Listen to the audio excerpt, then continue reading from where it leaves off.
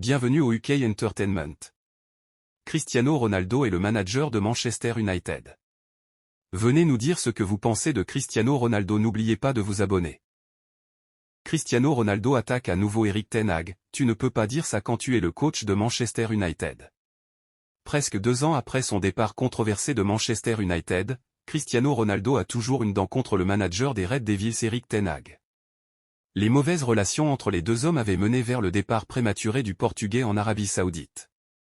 Déjà critiqué par CR7 à l'époque, le coach néerlandais en a eu une nouvelle fois pour son grade ce mercredi lors d'une intervention de Ronaldo dans le podcast de son ancien équipier Rio Ferdinand. Le Portugais a notamment critiqué des déclarations de ten Hag datant de quelques mois et jugé défaitiste par l'ancienne légende du club.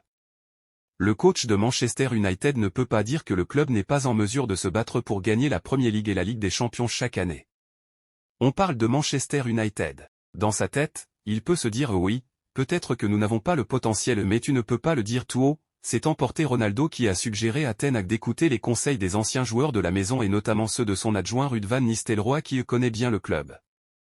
CR7, auteur de ses 900 et 901e buts en carrière lors de la trêve internationale, a en outre affirmé que Manchester devait tout reconstruire mais que cela ne pouvait pas se faire sans connaissance, faisant clairement allusion à ten Hag.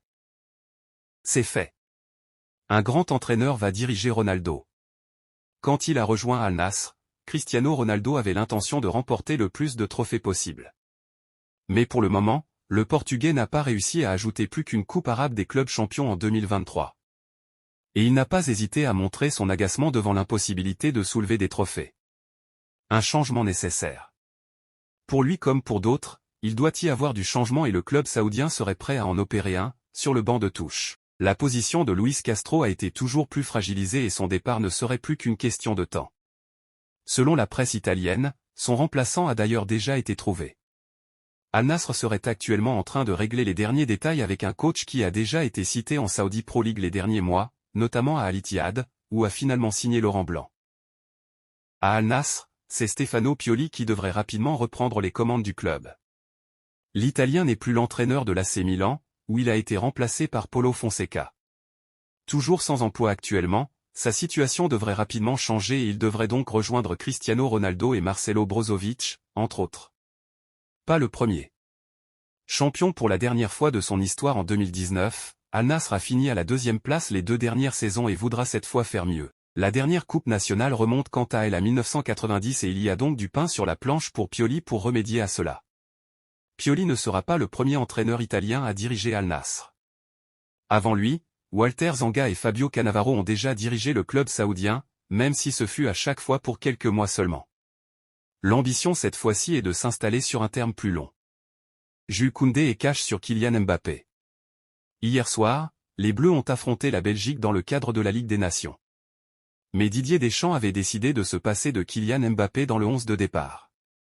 Pourtant, il a été question du capitaine des Bleus en zone mixte après la rencontre.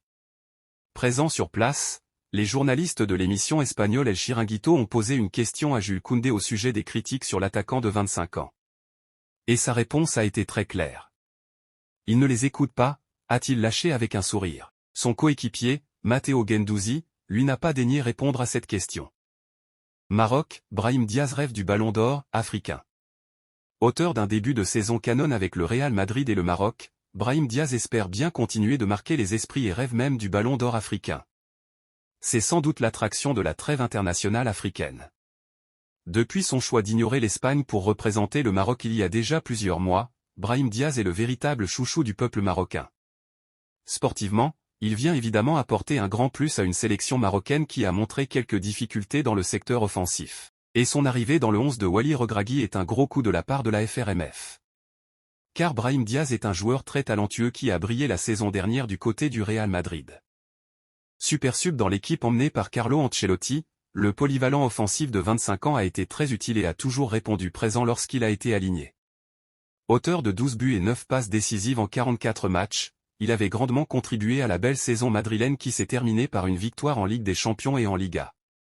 Brahim Diaz a été génial comme toutes les nouvelles recrues, il nous a beaucoup aidé et je suis très heureux. Brahim Diaz est un joueur important pour le Real Madrid et il peut l'être pour n'importe quelle équipe, confié même à son sujet Carlo Ancelotti qui avait insisté sur le fait que sans lui, le Real Madrid n'aurait pas pu réaliser une saison comme celle-ci. Cette saison, Brahim Diaz est reparti sur les mêmes bases puisqu'il a déjà remporté la Supercoupe d'Europe mais a aussi été décisif à 2 reprises, un but, une passe décisive, sur ses 4 premiers matchs de la saison.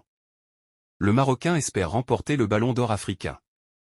Et pendant cette trêve, il a confirmé sa belle forme du moment en marquant ses 2 premiers buts avec le Maroc. Titulaire face au Gabon, l'ancien de l'AC Milan a cherché à débloquer son compteur avec les Lions de l'Atlas allant même jusqu'à demander à Hakim Ziyech de lui laisser le 2e pénalty obtenu par le Maroc. Une demande refusée par le principal intéressé. Qu'importe, au retour des vestiaires, Brahim Diaz a été libéré en trouvant la faille sur un centre mal repoussé par la défense adverse. Et face aux Lesotho, l'attaquant de 25 ans a été le héros de la soirée. Remplaçant, il est rentré en seconde période et a inscrit l'unique but du match à la dernière minute, 90+2, dans joli numéro dont il a le secret. De quoi marquer les esprits et rêver d'une distinction bien particulière. Selon les informations de Marca, Brahim Diaz a l'ambition d'aller chercher le Ballon d'Or africain dans les prochains mois. Cette distinction individuelle, décernée lors des CAF Awards depuis plusieurs années, devrait être décernée en décembre prochain. La saison dernière, Victor Osimhen avait obtenu cette récompense, succédant ainsi à Sadio Mané. Et avec des performances comme celle-ci en plus d'un palmarès XXL cette saison, Brahim Diaz pourrait être un sérieux prétendant. Cette année, il risque d'être en concurrence avec Ademola Lookman, vainqueur de la Ligue Europa avec l'Atalanta et auteur d'un triplé en finale. Le nom de Serhou Guirassy a aussi été évoqué. Reste à savoir si Brahim Diaz a suffisamment l'étiquette joueur africain pour obtenir le trophée puisqu'il a officiellement changé de nationalité en mars dernier.